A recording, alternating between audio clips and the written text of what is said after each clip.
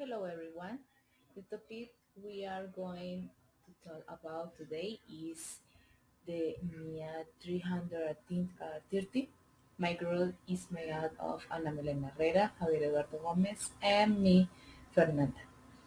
The sentences of the day that they will be present is haz lo que sientas, no estamos aquí para siempre. And the second es una referencia de qué es lo que podemos hacer cuando muchas personas nos dicen que no se puede en cuanto a nuestros sueños. Ok, el día de hoy le vamos a hablar sobre la NIA 330. Hablaré sobre el alcance de esta norma. Tiene la responsabilidad del auditor en los estados financieros de obtener soluciones al riesgo de incorrección material según la NIA 315. Su objetivo es obtener evidencia suficiente de los riesgos valorados de incorrección mediante soluciones a estos. Dentro de sus definiciones encontramos dos. La primera es el procedimiento sustantivo al detectar incorrecciones en las afirmaciones. Se realizan pruebas de detalle y procedimientos analíticos sustantivos.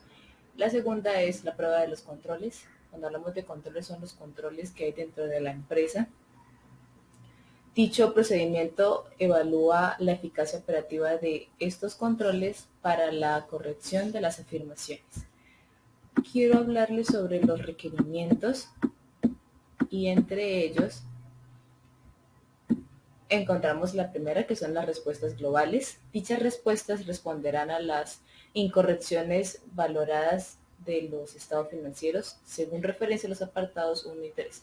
Si observamos qué dicen estos apartados, ellos hablan sobre la necesidad del escepticismo profesional como auditores, la necesidad de tener un equipo que tenga experiencia en estos casos.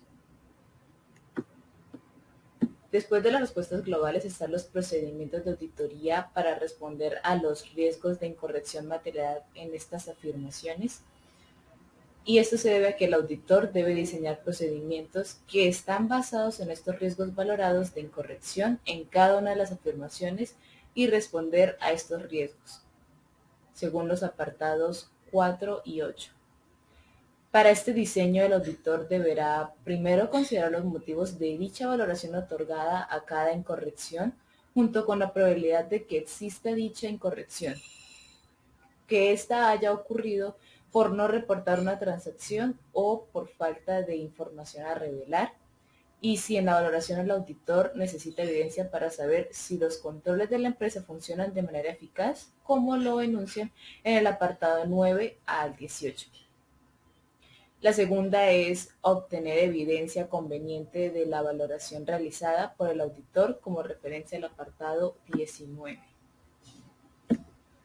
El auditor deberá determinar el correcto funcionamiento de los controles siempre y cuando a. Esta valoración depende de la eficacia de los controles, b. Los procedimientos sustantivos no pueden proporcionar esta evidencia suficiente en las afirmaciones como resalta en los apartados 20 y 24, y que el diseño de las pruebas de los controles se obtenga por evidencia confiable al tener resultados efectivos en los apartados. Eso se referencia al apartado 25. Esto trata sobre la prueba de los controles. En esa también encontramos la naturaleza y extensión de las pruebas de controles. Para poder aplicar estas pruebas, el auditor deberá realizar indagaciones con el fin de obtener evidencia de auditoría sobre la eficacia de estos, así como el modo en que se usaron en momentos relevantes durante esta auditoría, su congruencia y las personas que los usaron, como lo vemos en el apartado 2 y el 29. B. Determinar si los controles probados dependen de otros controles, o sea, controles indirectos de la empresa, y de ser así, corroborar su eficacia, como se enuncia en el apartado 30 y 31. Bien, ahora continuarán mis compañeros con el resto de los requerimientos, siguiendo con el momento de realización de las pruebas de controles. Para terminar los requerimientos, entonces tendremos las pruebas de controles. Al momento de realización de estas pruebas, el auditor probará los controles en el momento en el que decida confiar en ellos, sin perjuicio dispuesto en los apartados 2 y 15 a fin de obtener una base de confianza. Ahora pasaremos a la utilización de la evidencia de auditor obtenida durante un periodo intermedio. Entonces, si se obtiene evidencia de auditoría sobre la eficacia de los controles en ese periodo, habrá evidencia sobre algún cambio significativo en los controles al finalizar el periodo de intermedio y la determinación adicional de la evidencia que se debe obtener al final del periodo. Esto es referenciado en los apartados A33 a A34. La utilización de la evidencia de auditoría obtenida en auditorías anteriores. Esto es para determinar si es adecuada la evidencia hallada en la auditoría sobre la eficacia de los controles. Si es así, saber qué tiempo pasa para realizar nuevas pruebas sobre un control y se considerará lo siguiente: la eficacia de los demás elementos del control interno, como su entorno, su seguimiento y su proceso de valoración del riesgo por la entidad, los riesgos originados por las características del control, su eficacia general de los controles en las tecnologías de información, la eficacia del control y la aplicación en la entidad, si la ausencia de cambio en un control supone un riesgo porque la situación ha cambiado, estos riesgos de incorrección material y el grado de confianza en el control. Estos están referenciados en el apartado 35. Si se tiene previsto observar la evidencia para verificar la eficacia de los controles específicos, entonces esa evidencia es relevante por obtener evidencia combinada de las indagaciones con procedimientos de observación, con el fin de confirmar el conocimiento de estos controles en específico. Si se han producido cambios que afecta que continúe la relevancia de la evidencia hallada en la auditoría, la cual procede de la auditoría anterior, entonces el auditor tendrá que realizar pruebas en los controles de la auditoría actual. Esta es una referencia, esta está referenciada en el apartado A36. Si se hacen estos cambios, el auditor probará los controles al menos en una de cada 3 auditorías. Realizará pruebas en algunos controles en cada auditoría para evitar que se prueben en un solo periodo de auditoría todos los controles en los que se tiene previsto confiar. Esto está referenciado en los apartados A37 a 39. Ahora, sobre los controles sobre riesgos significativos, cuando se tiene previsto confiar en un control sobre un riesgo significativo, se realizarán pruebas a los controles en el actual periodo. Después sigue la evaluación de la eficacia operativa de los controles.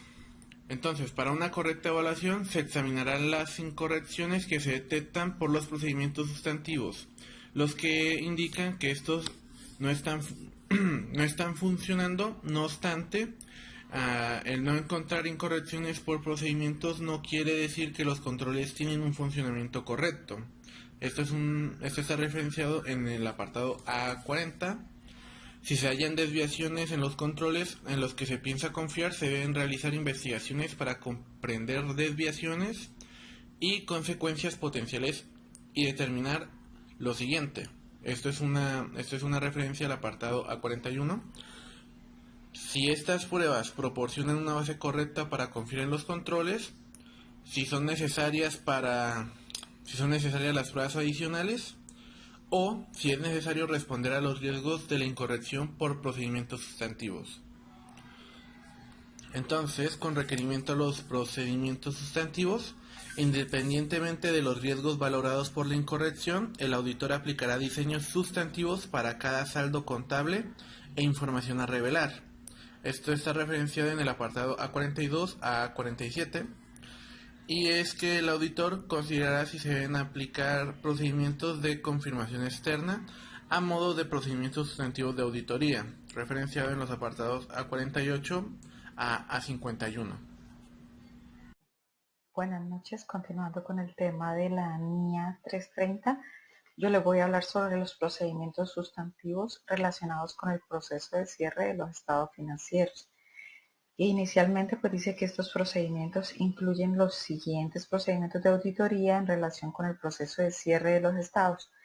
El A es la comprobación de la concordancia o conciliación de los estados financieros con los registros contables y B el examen de los asientos del libro diario y de otros ajustes durante el proceso de preparación de los estados financieros. Nos referencia al apartado 52, que dice que la naturaleza y la extensión del examen realizado por el auditor de los asientos del libro diario y de los otros ajustes dependen de la naturaleza y la complejidad del proceso, de la información de la entidad y los riesgos de incorrección material relacionados. Igualmente los procedimientos sustantivos que responden a riesgos significativos. Dice que si se ha determinado un riesgo de incorrección en las afirmaciones de un gran riesgo, se aplicarán los procedimientos sustantivos que respondan a este riesgo. Ya en el apartado 53, pues ahí el auditor es quien determina si cataloga un riesgo como gran riesgo. También hay un momento de realización de los procedimientos sustantivos. Dice que si esto se aplica en una fecha intermedia, el auditor debe cubrir el periodo restante, pues haciendo procedimientos sustantivos combinándolos con pruebas de controles para el periodo que hace falta. Si el auditor determina que resulta suficiente únicamente los procedimientos sustantivos adicionales que proporcionen la base razonable para hacer extensivas las conclusiones de la auditoría desde la fecha intermedia hasta el cierre del periodo. Esto está referenciado en los apartados del 54 al 57. También dice que cuando se detecte en una fecha intermedia incorrecciones que el auditor no esperaba en su valoración de riesgos, de riesgo de incorrección, se evaluará si es necesario la modificación del riesgo y la naturaleza al momento de realizar o planificar los procedimientos sustantivos planificados que cubran el periodo restante. Esto está referenciado en el apartado 58. Posteriormente nos va a hablar sobre una adecuación de la presentación y de la información revelada. Entonces aquí el auditor aplicará procedimientos de auditoría para evaluar si la presentación global de los estados, incluida la información a revelar relacionada, es conforme con el marco de información financiera aplicable. Ya posteriormente vamos a hablar sobre la evaluación de la suficiencia y la adecuación de la evidencia de auditoría. Primero que todo dice que sobre la base de los procedimientos de auditoría aplicados y de la evidencia de auditoría obtenida, el auditor evaluará antes de que termine la auditoría si la valoración de los riesgos de incorrección material en las afirmaciones sigue siendo adecuado. Está referenciado en los apartados 60 y 61. También el auditor concluirá si se ha obtenido una evidencia de auditoría suficiente y adecuada para formarse una opinión. El auditor considerará toda la evidencia de auditoría relevante, independientemente si parece corroborar o contradecir las afirmaciones contenidas en los estados. También el auditor, si no ha obtenido evidencia de auditoría suficiente y adecuada sobre una afirmación material de los estados, intentará obtener más evidencia de la auditoría si el auditor no puede obtener evidencia de auditoría suficiente y adecuada. Expresará una opinión con salvedad o degenerará la opinión sobre los estados financieros. Ya posteriormente y finalmente, pues ahí nos habla sobre la documentación. En esta parte, pues sobre la documentación dice que el auditor incluirá las respuestas globales frente a los riesgos valorados de incorrección material en los estados financieros y la naturaleza, momento de realización y extensión de los procedimientos de auditoría posteriores aplicados. B. La conexión de dichos procedimientos con los riesgos valorados en las afirmaciones. Y C. Pues los resultados de los procedimientos de auditoría, incluidas las conclusiones, cuando éstas no resulten claras. En el apartado 63, pues nos dice que la forma y la extensión de la documentación de auditoría dependen del juicio profesional del auditor y están influidas por la naturaleza, la dimensión y la complejidad de la entidad y de su control interno, la disponibilidad de información en la entidad y la metodología de auditoría, así como por la tecnología utilizada en la auditoría. También debe incluir el auditor dentro de la documentación si el auditor planifica utilizar evidencia de auditoría obtenida en auditorías anteriores sobre la eficacia operativa de los controles en la documentación de auditoría. Incluirá las conclusiones alcanzadas sobre la confianza en los controles sobre los que se realizaron pruebas en una auditoría anterior. Y finalmente, la documentación de auditoría demostrará que los estados financieros concuerdan o han sido conciliados con los registros contables que los sustentan. Muchísimas gracias, pues esa era la presentación final de la NIA 330. Que tengan un feliz día.